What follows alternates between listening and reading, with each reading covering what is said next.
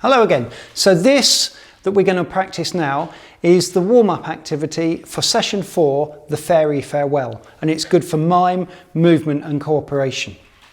And it's a game called 10-second objects. Again, you can work in small groups in more sort of static spaces, or you can use the whole room and movement around the room.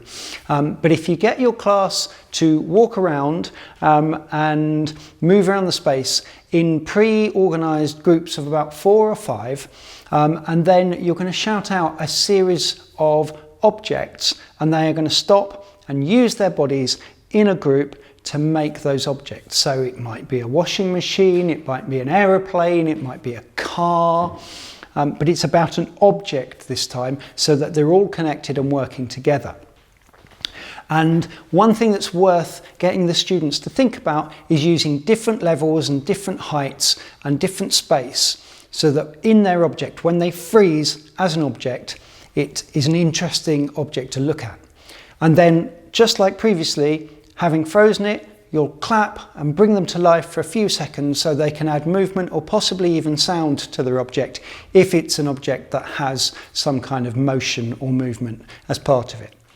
So, Sarah and Isabel are going to make a 10-second object of a washing machine. Let's get a tumbly.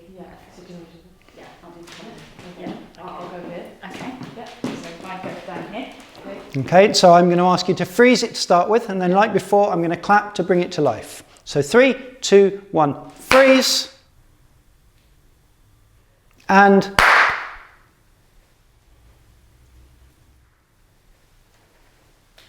freeze. Very good.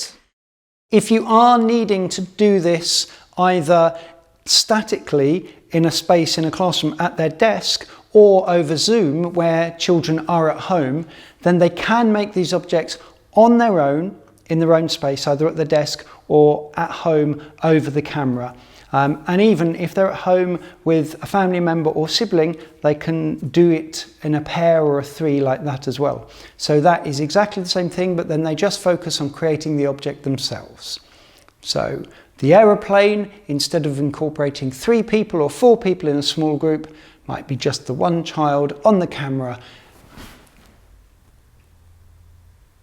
making the aeroplane object. So enjoy playing that game in school or over Zoom. I look forward to seeing you again soon.